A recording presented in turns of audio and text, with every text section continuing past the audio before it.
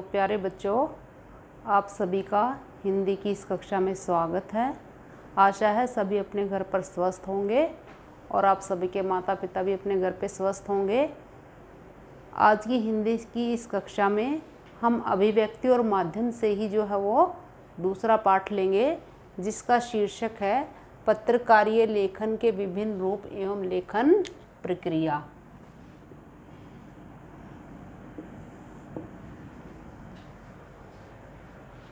तो सबसे पहले जो है हमारे जेहन में बात आती है कि पत्रकारीय लेखन है क्या। अब पत्रकारीय लेखन की जब बात आती है तो जब हम अखबार पढ़ते हैं या रेडियो में समाचार सुनते हैं या टीवी देखते हैं तो वहाँ क्या होता है, तो उनके माध्यम से हमें सूचनाएं मिलती हैं, हम जागरूक बनते हैं, हम शिक्षित बनते हैं और उसके साथ साथ हमारा मनोरंजन भी होता है। तो पत्रकारीय लेखन है अखबार पाठकों को सूचना देने, जागरूक और शिक्षित बनाने व उनका मनोरंजन करने का दायित्व निभाते हैं। पत्रकार इस दायित्व की पूर्ति के लिए लेखन के विभिन्न रूपों का प्रयोग करते हैं, इसे ही पत्रकारीय लेखन कहते हैं। तो आप सबको समझ आ गया होगा कि पत्रकारीय लेखन किसको कहते हैं। अब लेखन के यहाँ दो स्वरूप हैं, एक पत्रकारीय लेखन और दूसरा सृजनात्मक लेखन। पत्रकारीय लेखन सृजनात्मक लेखन से बिल्कुल भिन्न होता है, क्योंकि एक जो पत्रकार होता है उसको सभी तथ्यों को, सभी सूचनाओं को दर्शकों तक सही रूप में प्रस्तुत करना होता है। तथ्यों को तोड़ मरोड़ कर वो पेश नहीं कर सकता, किसी घटना को वो दूसरे तरीके से नहीं दिखा सकता, उसको निष्पक्षता का पूरा ध्यान रखना होता है। इसलिए वहाँ पर वास्तविक घटनाओं को दिखाया जाता है, और वास्तविक घटनाओं को जब दिखाया जाता है या लिखा जाता है तो उसके लिए जो है वो कल्पना का सहारा नहीं ले सकता, अपने पास से वो कुछ भी उसमें नहीं लिख सकता। जबकि इसके विपरीत सृजनात्मक लेखन में क्या होता है कि लेखक स्वतंत्र होता है पूरी तरह से, वो उसमें कल्पना को भी शामिल कर सकता है, वो उसमें वास्तविक घटनाओं को तो लेता है वहीं से, लेकिन उसके पात्रों को बदल सकता है, घटना को तोड़ मरोड़ कर पेश कर सकता है, उसके लिए बहुत सारी चीज़ें होती हैं। तो वहाँ पर जो है इस लेखन में लेखक पूरी तरह से बंधन मुक्त होता है, उस पर कोई भी बंधन नहीं होता। लेकिन जो पत्रकारीय लेखन है उसमें जो है वो पत्रकार पूरी तरह से उसके नियमों के दायरे में आते हैं, नियमों में बंधे हुए होते हैं, उन नियमों से बाहर जाकर वो कोई भी लेखन कार्य नहीं कर सकते। क्यों? क्योंकि पत्रकारों का उद्देश्य ही होता है कि अपने पाठकों या दर्शकों तक निष्पक्ष रूप से घटनाओं का सही ब्यौरा पहुंचाना, सही ब्यौरा उनको देना। लेकिन इसके साथ साथ उनके मनोरंजन का भी उन पर दायित्व होता है। तो यदि वो कोई रोचक तथ्य भी आपके सामने रखते हैं तो उसमें भी वहाँ पर कल्पना को स्थान वो नहीं दे सकते, वो भी उनको उसी तरह से जो है प्रस्तुत करना होता है। जबकि सृजनात्मक लेखन में लेखक के पास एक विस्तृत आकाश होता है, उसमें वो जितनी मर्जी ऊंची उड़ान भर सकता है, लेकिन पत्रकारीय लेखन में ऐसा नहीं है। पत्रकारीय लेखन में जो है उन्हें हर चीज़ जो है सीमित दायरे में बंद करनी होती है, नियमों का पालन करना होता है। क्यों? क्योंकि अखबार लोकतंत्र के पहरेदार कहलाते हैं। अखबारों की या जो मीडिया की जो भूमिका है वो लोकतंत्र में क्या है, वो लोकतंत्र के पहरेदार हैं, लोकतंत्र के शिक्षक हैं, और लोकतंत्र में जनमत का निर्माण भी वो करते हैं। इसलिए पत्रकारीय लेखन को लोकतंत्र का पहरेदार भी कहते हैं, और इसके साथ साथ पत्रकारिता को लोकतंत्र का चौथा स्तंभ भी माना जाता है। क्योंकि पत्रकार ही जो है वो व्यक्ति होते हैं जो किसी दबी छुपी घटना को जो है वो खोजकर बाहर निकालते हैं, जनता के सामने प्रस्तुत करते हैं। इसलिए उनको पहरेदार कहा जाता है, जनमत निर्माता कहा जाता है, और लोकतंत्र का रक्षक भी कहा जाता है, और इसीलिए उसे लोकतंत्र का हम चौथा स्तंभ भी मानते हैं। तो अब इसके बाद है पत्रकारीय जो लेखन है अच्छे लेखन की भाषा कैसी होनी चाहिए? सीधी, सरल एवं प्रभावी भाषा होनी चाहिए। गूढ़ से गूढ़ विषय की प्रस्तुति सरल, सहज और रोचक तरीके से होनी चाहिए, और साथ ही साथ वो पत्रकारिता के उद्देश्य को भी पूरा करती हो। इस तरह की भाषा जो हो पत्रकारीय लेखन की होनी चाहिए। अब हम आते हैं, पत्रकार कितने प्रकार के होते हैं? तो सबसे पहले पूर्णकालिक पत्रकार। ये किसी भी समाचार पत्र समूह के नियमित वेतनभोगी कर्मचारी होते हैं।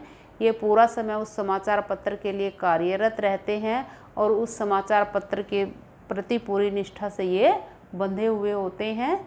इन्हें हम पूर्णकालिक पत्रकार कहते हैं, जो किसी समाचार पत्र के दैनिक और नियमित वेतनभोगी कर्मचारी होते हैं। अब उसके बाद दूसरा है अंशकालिक पत्रकार। अंशकालिक पत्रकार वो होते हैं जो एक निश्चित मानदेय के आधार पर कुछ समय के लिए किसी समाचार पत्र के लिए कार्य करते हैं, यानी कि उन्हें कुछ समय के लिए जो अनुबंध के आधार पर रख लिया जाता है, और ये पत्रकार जितने समय उनका अनुबंध होता है किसी समाचार पत्र के साथ, उतने समय तक उनके साथ कार्य करते हैं, उसके बाद वे उसको छोड़ देते हैं। तो वहाँ पर जो है अंशकालिक पत्रकार जो होते हैं वो विशेष रूप से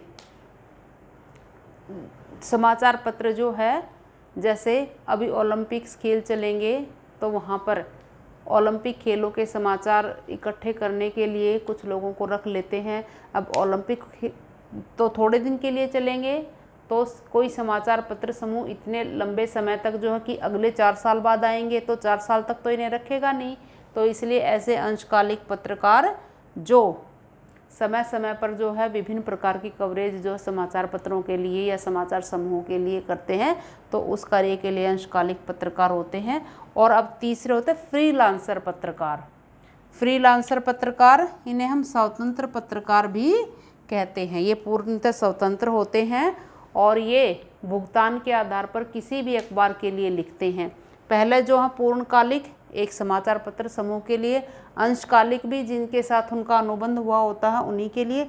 लेकिन जो फ्रीलांसर पत्रकार हैं वो ऐसे वरिष्ठ पत्रकार होते हैं जो काफ़ी प्रसिद्ध होते हैं और जिनके लेख पाठकों को बहुत पसंद आते हैं।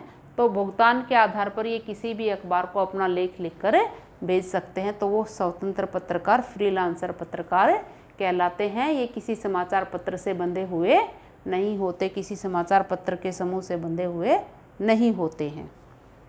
अब उसके बाद जो है आता है समाचार लेखन के 6 ककार। समाचार लेखन के 6 ककार जो हैं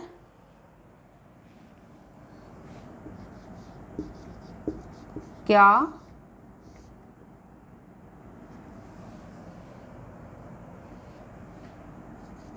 कौन, कहाँ, कब, कैसे और क्यों। यहाँ पर जो ककार हैं, कई बार बच्चे इसको प्रकार समझ लेते हैं, लेकिन ककार यानी कि कैसे बनने वाले 6 शब्द, कैसे बनने वाले 6 शब्द समाचार लेखन के 6 ककार कहलाते हैं। इन प्रश्नों का उत्तर ही जो है वो समाचार बन जाता है। जैसे क्या यानी कि क्या हुआ है, कौन यानी कि उस घटना से संबंधित कौन था, कहाँ पर हुआ, कब हुआ, कैसे हुआ और क्यों हुआ। यदि इन 6 प्रश्न किसी घटना से संबंधित इन 6 प्रश्नों के उत्तर जब हम लिखने बैठते हैं तो हमें पूरा समाचार प्राप्त हो जाता है। क्या, कौन, कहाँ, कब, कैसे और क्यों। ये सारी की सारी चीज़ें जो हैं किसी समाचार लेखन का मुख्य आधार होती है। अब एक प्रश्न और आपके सामने आ सकता है, वो है कि पत्रकारिता के विकास में मूल भाव क्या होता है। तो पत्रकारिता के विकास में मूल भाव हमेशा जिज्ञासा,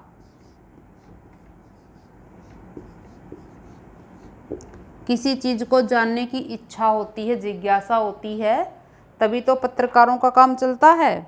यदि जिज्ञासा ही नहीं होगी, कोई उनके द्वारा लिखे हुए समाचार को पढ़ेगा ही नहीं, तो पत्रकार शायद जो है इतनी मेहनत नहीं करेंगे। तो जिज्ञासा पत्रकारों के लिए भी किसी जानने के लिए यानी कि पत्रकारिता का जो विकास होता है उसमें जिज्ञासा का मूल भाव हमेशा सक्रिय रहता है। आज के लिए इतना ही काफ़ी है। अब इससे संबंधित कुछ प्रश्नोत्तर जो हैं वो मैं आपको लिखवा देती हूँ। सबसे पहला प्रश्न, पत्रकारीय लेखन और सृजनात्मक लेखन में क्या अंतर है?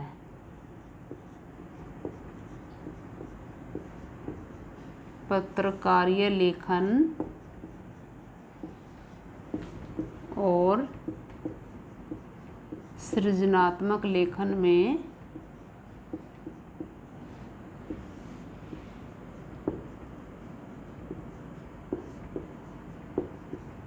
क्या अंतर है?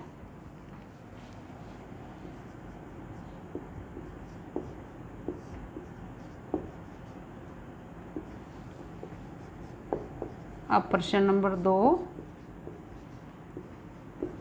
पत्रकार कितने प्रकार के हैं?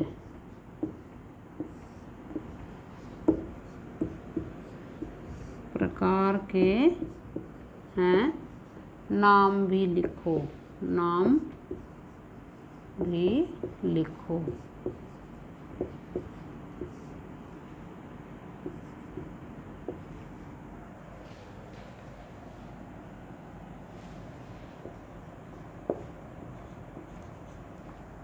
तीसरा क्वेश्चन, पत्रकारिता के विकास में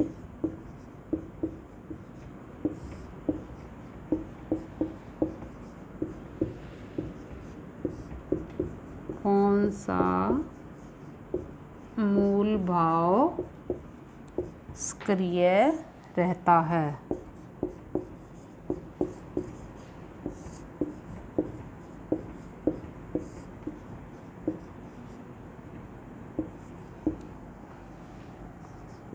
आपका चौथा क्वेश्चन, लोकतंत्र में पत्रकारिता की क्या भूमिका है?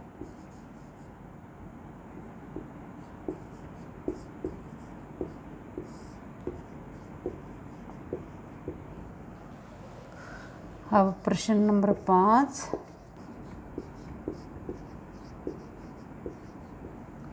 समाचार लेखन के 6 प्रकार कौन से हैं? तो ये सभी 5 प्रश्न आपने अपनी कॉपी में करने हैं। आशा है आपने पिछले अध्याय के क्वेश्चन अपनी कॉपी में कर लिए होंगे और ये भी आप सभी अपनी कॉपी में कर लेंगे। आज के लिए बस इतना ही। धन्यवाद। अगली क्लास में आपसे जल्दी ही मुलाकात होगी। Thank you.